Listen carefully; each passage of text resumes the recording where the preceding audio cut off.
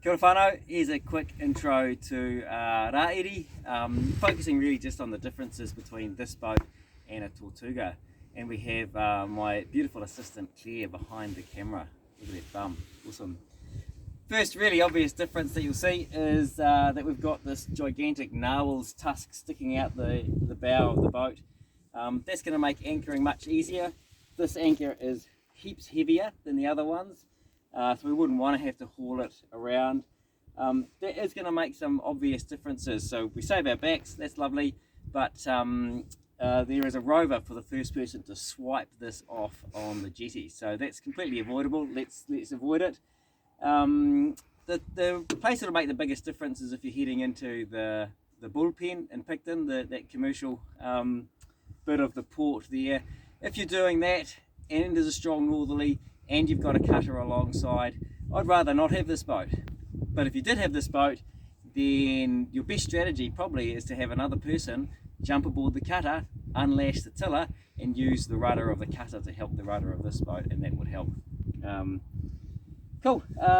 It could be a little bit scary when we're doing transfers, but just a reminder, with all of our launches, when we're transferring between a cutter and a launch, we should be going from the quarter of the cutter, the back corner, onto the shoulder of the bow of a launch, so that you can either slow down or turn away in order not to smash the cutter. With any launch, if you're right behind, then the rudder of the cutter is at risk. So this shouldn't make a difference to transfers. Here we've got the anchor windlass, and this is a rope and chain windlass. Awesome, we've got 100 meters of rope and chain. That means we can anchor in places that are 20 meters, 25 meters deep where we couldn't anchor before. Heavier chain, heavier anchor, we're less likely to drag. That's pretty cool. We've got two buttons we can do up and down out here, which is pretty cool. And even though it looks like it, there's actually no lock on this windlass. That little thing is not a lock. There's no lock on the windlass, so we always use the snubber. And there we go. The snubber is attached here. We could take it off and put it somewhere else if you want. It's tied rather than permanently attached. This little thing here has a couple of things on it. It has a star drive so that we can loosen the clutch off to manually lower if we want. That's cool. And it also has this little gig here, which is to open the fuel and the water filler lids. I'll show you that in a second. You can see over here that there's no big bronze fairlead to lead the ropes through, but this hopefully will make life easier. It will make those transfers a bit harder, but luckily we've got a big rub rail which is kind of grippy and flat on top, and so you can jump onto that with your foot anywhere rather than use that single bronze fairlead on the bow when you're doing transfers. Cool. Okay, let's move aft. We'll have a look at this little filler thing. So the key for the fuel and the water fillers just goes in there like that, and you can spin it open. Now there is one of these on the keys, one of them in the cutlery drawer, and one of them attached to this thing here.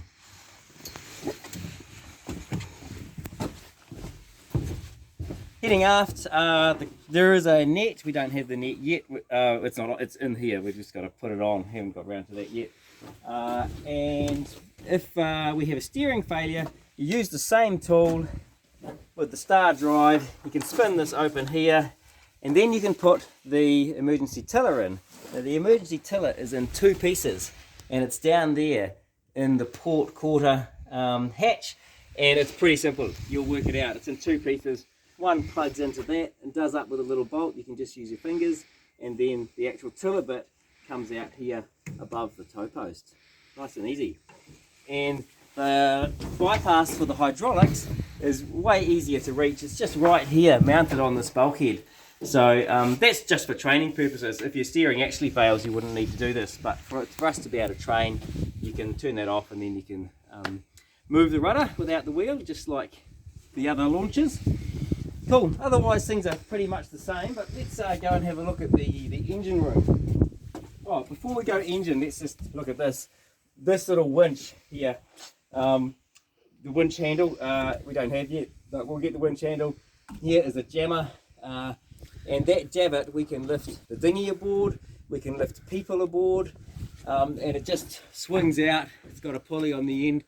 There's a little shackle on the end of that pulley which looks tiny, but it has a working load of 800 kilos, so that's a 10-to-1 safety factor for an 80 kilo person. So even though it looks pretty small, it is plenty strong enough for us to be able to lift people up just a minute or so. So we can use that to get someone in a wheelchair off the jetty aboard, get a heavy weight out of the water, like the dinghy, like an unconscious person or something like that. Hopefully we never need to do that.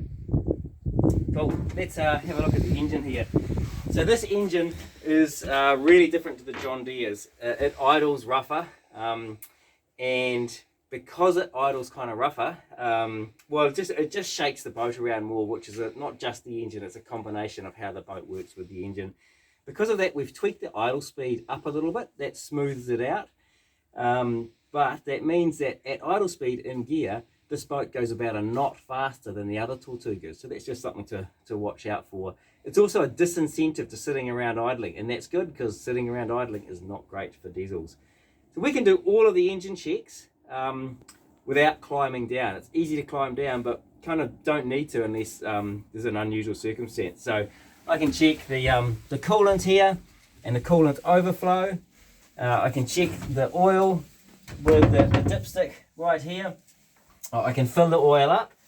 I can get my eyes on the raw water intake down there, and I can check that the raw water intake seacock is open. And yeah, for daily checks, the only other thing would be I can see the bulb on the fuel filter, the primary fuel filter there. So that's all we need to do the daily checks. If you want to climb down, you can stand on the engine and then climb down here. There's actually heaps of room down here, and things look pretty similar. The fuel system, the hot water cylinder, all that stuff is just like the other ones. When it gets to some of the more techie stuff, the location of things like the raw water impeller and the fuel filter, it's on the opposite side. So on the John Deere's it's on this side, on the Hyundai it's on this side, but they do look pretty similar. Cool. That's enough of that. And there's no little cave to go through there. This is the only engine entrance. That's all we need to know.